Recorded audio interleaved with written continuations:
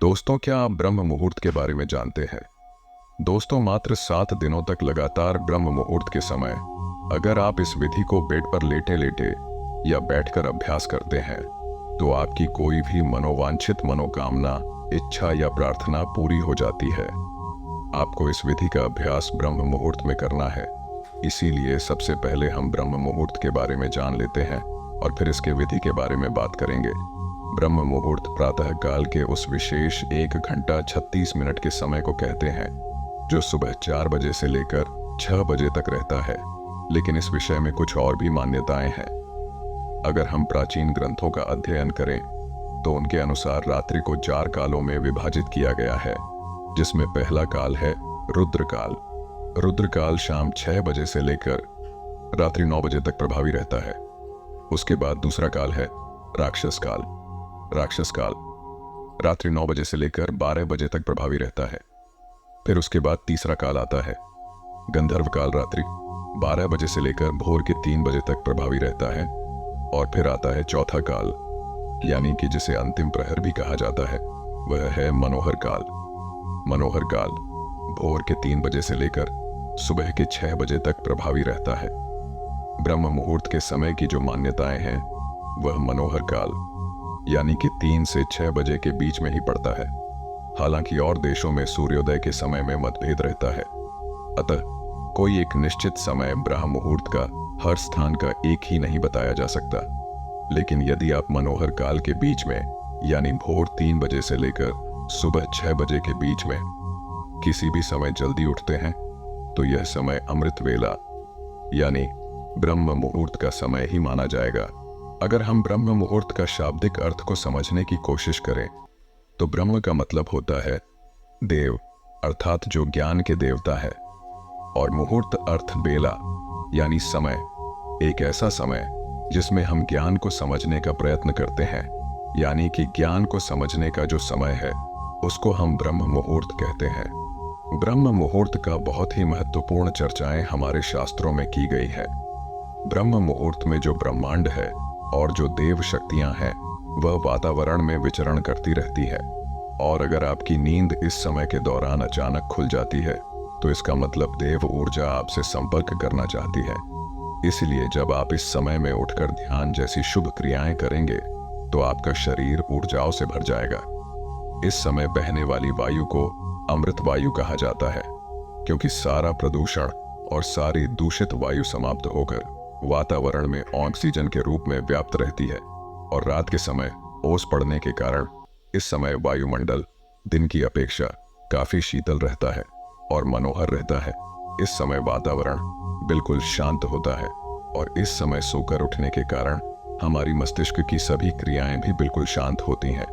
इसलिए यदि आप इस समय अपनी स्टडी करते हैं, पढ़ाई करते हैं, कोई प्लानिंग करते हैं या इंटरस्पेक्ट करते हैं या ध्यान करते हैं तो उसमें आपको बहुत लाभ मिलता है। आपने वह कहावत तो सुनी ही होगी कि जल्दी सोना और जल्दी उठना सफलता की प्रथम सीढ़ी है। इसीलिए यदि आप भी सफल होना चाहते हैं तो ब्रह्म मुहूर्त में उठना शुरू करें। इससे आपको बहुत सफलता मिलेंगे। एक्चुअली प्राचीन काल में इलेक्ट्रिसिटी नहीं होती थी, इसलिए लाइट नहीं रहने पर लोग सूर्यास्त के बाद सो जाते थे और सूर्योदय से पूर्व यानी ब्रह्म मुहूर्त में ही उठ जाया करते थे। यह प्रकृति के साथ चलने की उनकी एक पद्धति बन गई थी। अतः जो भी व्यक्ति प्रकृति के साथ संतुलन बनाकर चलता है वह हमेशा स्वस्थ ही रहता है। और यह भी देखा गया है कि जो लोग प्रातः काल जल्दी उठते हैं वो बाकी दूसरों से बिल्कुल स्वस्थ रहते हैं। और अक्सर वह लोग जो नाइट शिफ्ट में काम करते हैं उनको स्वास्थ्य संबंधी समस्याएं आने लगती हैं। कहने का तात्पर्य यह है कि अगर आप प्रकृति के साथ मेल झोल बनाकर चलते हैं तभी हम स्वस्थ रहते हैं। लेकिन अगर हम प्रकृति के खिलाफ चलना शुरू हो जाए तो हमें शारीरिक रूप और मानसिक रूप से समस्याएं आनी शुरू हो जाती हैं। दोस्तों, अब तक आप समझ चुके होंगे कि ब्रह्म मुहूर्त क्या है और इसका महत्व क्या है। अब हम बात करते हैं ध्यान विधि के बारे में। दोस्तों, सबको मालूम है कि प्रातः काल का समय ध्यान के लिए सर्वश्रेष्ठ समय होता है। इसलिए आज हम एक ऐसी ध्यान विधि की बात करेंगे जो विशेष रूप से ब्रह्म मुहूर्त में ही की जाती है। यदि आप इस विधि को निरंतर 7 दिनों तक केवल 10 मिनट के लिए रोज इसका अभ्यास करते हैं तो इन 7 दिनों के भीतर ही आपको इस विधि का रिजल्ट मिलने लग जाएगा। ये विशेष रूप से आपकी कोई इच्छा, कोई मनोकामना अथवा आपकी कोई प्रार्थना जिसको आप पूरा करना चाहते हैं उसके लिए है। इससे पहले कि हम इस विधि पर पूरी बात करें, थोड़ी सावधानी रखनी जरूरी है।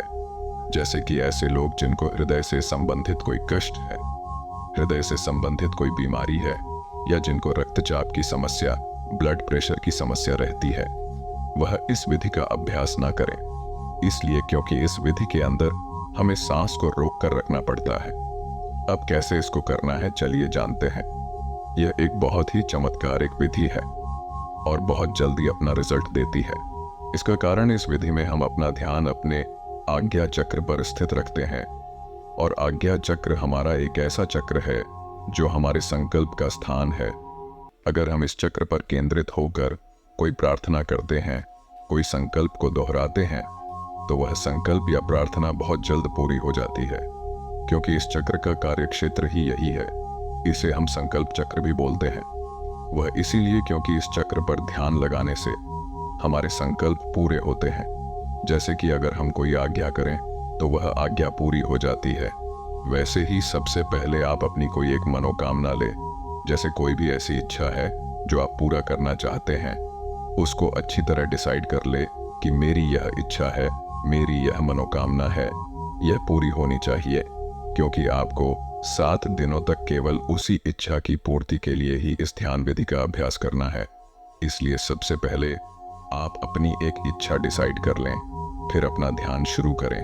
सबसे पहले अर्ली मॉर्निंग यानी किसी ब्रह्म मुहूर्त के समय आप उठेंगे और उठने के बाद फ्रेश होकर नहा धो लें तो अच्छी बात है। नहीं तो सिर्फ अगर मुंह हाथ भी अच्छी तरह से धो लेंगे तो भी चलेगा।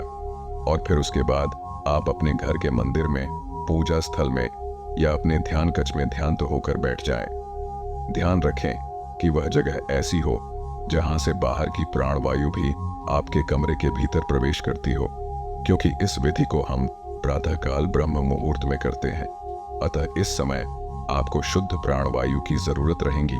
तो ऐसे स्थल पर बैठना है जहां पर खुली हवा आपको अपने रूम में आती रहे। और जब आप ध्यानस्थ होकर बैठे तो कमर सीधी करके और गर्दन सीधी करके दोनों हाथों को घुटनों पर रखकर बैठ जाए। इसके बाद मुट्ठी बंद कर लें और पहले 2-3 मिनट अपने मन को शांत करें और शरीर को स्थिर करें। जब आपका मन शांत हो जाए, शरीर स्थिर हो जाए तथा श्वास सामान्य हो जाए, फिर आपको अपना ध्यान अपनी आज्ञा चक्र पर लेकर जाना है। आज्ञा चक्र यानी कि दोनों भौहों के बीच में, जहां पर हम तिलक लगाते हैं या स्त्रियां बिंदी लगाती हैं, उस स्थान पर आप अपने अवधारणा को, अपनी अटेंशन को लेकर आएंगे और वहीं पर पूरा समय आप अपना ध्यान बनाकर रखेंगे। अब आपको इसी जगह पर लगातार अपने मानसिक नेत्रों से इस स्थान को महसूस करते रहना है। जब आप अपने मानसिक नेत्रों से इस स्थान को महसूस करते रहेंगे, अपना ध्यान यहां पर बनाए रखेंगे, फिर आप एक लंबी गहरी सांस भरेंगे और लंबी गहरी सांस भरकर उसको अंदर ही रोक कर रखेंगे। जब आप अपनी सांस को अंदर भरकर रोक लेंगे और उस दौरान आपका ध्यान भी आज्ञा चक्र पर टिका रहेगा, उस समय आप अपने इष्ट देवी देवता या गुरु का चित्र अपने आज्ञा चक्र पर देखेंगे और अपने इष्ट देवी देवता या गुरु का चित्र अपने आज्ञा चक्र पर देखते हुए और सांस को अंदर रोक कर रखते हुए आप प्रार्थना या संकल्प करेंगे या अपनी इच्छा को दोहराएंगे। जो भी आपकी इच्छा है, एक लाइन में उसको दोहराना है कि हे गुरुदेव या हे मेरे परमात्मा, जिनको भी आप मानते हैं, उनके आगे आप प्रार्थना करेंगे कि मेरी इच्छा पूरी हो। और तब तक आप उस इच्छा को दोहराते रहेंगे जब तक आपके अंदर उस सांस को अंदर रोक के रखने की क्षमता है। वह सांस अपने अंदर 10 सेकंड भी रोक सकते हैं, 20 सेकंड भी रोक सकते हैं या फिर 30 सेकंड भी रोक सकते हैं। जितना हो सके बिना कष्ट के आप अपनी सांस को अंदर रोक सकते हैं। इसके बाद ध्यान आज्ञा चक्र पर बनाए रखेंगे और अपने मन की आंखों से अपने इष्ट देवी देवता या गुरु का स्मरण करते रहेंगे और बार बार अपनी इच्छा को रिपीट करते रहेंगे तब तक जब तक कि आपकी सांस अंदर रुकी हुई है। जब आपको लगे कि इससे ज्यादा आप अपने सांस को अंदर नहीं रोक सकते हैं, तो फिर धीरे से मुंह से सांस को बाहर निकाल देंगे। याद रखें कि आपको अपनी सांसों को नाक से भरना है और बाहर मुख से निकालना है। इस तरह यह एक चक्र पूरा हुआ। फिर आप 15 या 20 सेकंड तक थोड़ा सा रेस्ट करेंगे और सामान्य स्थिति में बैठे रहेंगे। रेस्ट के बाद तुरंत दूसरा चक्र शुरू करना है, यानी कि फिर से एक लंबी गहरी सांस भरना है, सांस को अंदर ही रखना है। फिर अपने ध्यान को आज्ञा चक्र पर टिकाना है। इसके बाद अपने मन में इष्ट देवी देवता अथवा अपने गुरु का चित्र निहारना है और इन सभी चीजों के साथ दोबारा अपनी प्रार्थना को फिर से रिपीट करना है। अपने संकल्प को, अपनी इच्छा को फिर से दोहराएंगे और तब तक दोहराते रहोगे जितनी देर आपकी सांस अंदर रुकी रहेंगी। और जब आपको लगे कि इससे ज्यादा आप सांस को नहीं रोक सकते, तो श्वास को मुंह से बाहर निकाल दें और फिर कुछ सेकंड तक रेस्ट कर ले। इस तरह यह 2 चक्र हुआ। ऐसे आपको लगातार बीच में रुक रुक कर कुछ सेकंड रेस्ट करते करते अपनी इच्छा को बार बार आपको दोहराते जाना है और लगभग 10 मिनट तक आपको ऐसा 7 दिनों तक हर रोज करना है। क्योंकि यह एक पूरी विधि है, इसलिए आपको 7 दिनों तक सच्चे मन से इसे पूरा करना ही करना है। तभी आपकी सारी इच्छाएं पूरी हो सकती हैं। अगर आपने बीच में मिस कर दिया या छोड़ दिया तो आपकी मनोकामनाएं पूरी होने की संभावना कम है। आखिरकार ऐसा क्यों होता है और इस विधि की साइंस क्या है? पहली बात, हमारा आज्ञा चक्र, जैसे मैंने आपको पहले भी बताया है, यह हमारा संकल्प का स्थान है। यह हमारा आज्ञा का स्थान है, तभी इसका नाम आज्ञा चक्र पड़ा है। इसीलिए जब हम इस स्थान पर आकर कोई आज्ञा करते हैं, कोई प्रार्थना करते हैं या फिर कोई संकल्प करते हैं, तो वह आज्ञा, वह संकल्प, वह प्रार्थना पूर्ण हो जाती है। हम जो भी आज्ञा चक्र पर केंद्रित होकर कोई ऐसी चीज की डिमांड करते हैं तो वह डिमांड पूरी हो जाती है, क्योंकि यह इच्छा पूर्ति का स्थान है। और दूसरी बात, जब हम इस प्रकार से सांस को अंदर रोकते हैं तो क्या होता है, इससे हमारी पूरी बॉडी में एक इमरजेंसी की सिचुएशन आ जाती है। जब हम इतनी देर तक सांस को रोकते हैं तो क्या होता है, हमारा दिमाग रुक जाता है, हमारे विचार रुक जाते हैं। ऐसा क्यों होता है? ऐसा इसलिए होता है क्योंकि अब आपके पास लग्जरी नहीं है आराम से विचार करने की। इसीलिए जब आप अपना सारा ध्यान अगर किसी एक चीज को चुनकर लगाएंगे तो उसी स्थान पर आपका ध्यान लगा रहेगा, यानी कि आपका मन पहले से ज्यादा एकाग्र हो जाएगा। तो जब आप सांस को भरकर रोकते हैं तो यह दूसरी महत्वपूर्ण चीज है। और तीसरी बात यह है कि जब आप इस प्रकार एकाग्र हो जाते हैं और बार बार अपनी मनोकामना को रिपीट करते हैं तो क्या होता है, इससे धीरे धीरे आपकी वह इच्छा आपके चेतन मन से अवचेतन मन में चली जाती है।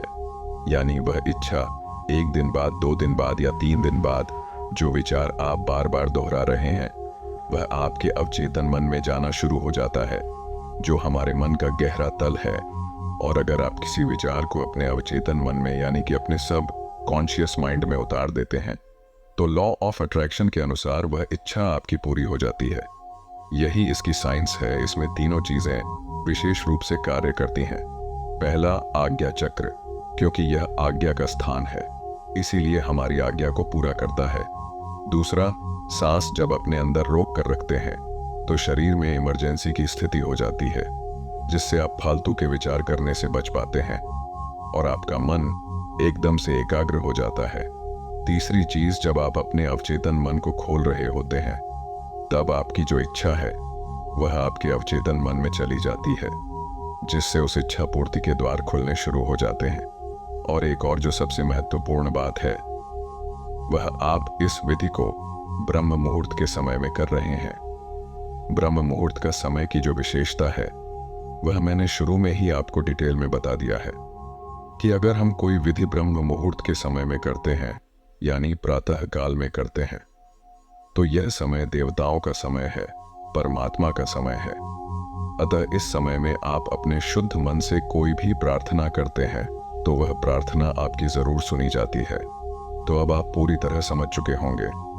अगर आप भी कोई संकट में फंसे हुए हैं और आप उस संकट से बाहर निकलना चाहते हैं तो उस संकट से बाहर निकलने के लिए आप इस प्रकार से ध्यान करेंगे, या आपकी कोई बहुत जरूरी, कोई आवश्यक इच्छा है या मनोकामना है या कोई जरूरत है जिसे आप जीवन में पूरा करना चाहते हैं, तो उस इच्छा या जरूरत को आप इस विधि से अपने जीवन में पूरा कर सकते हैं।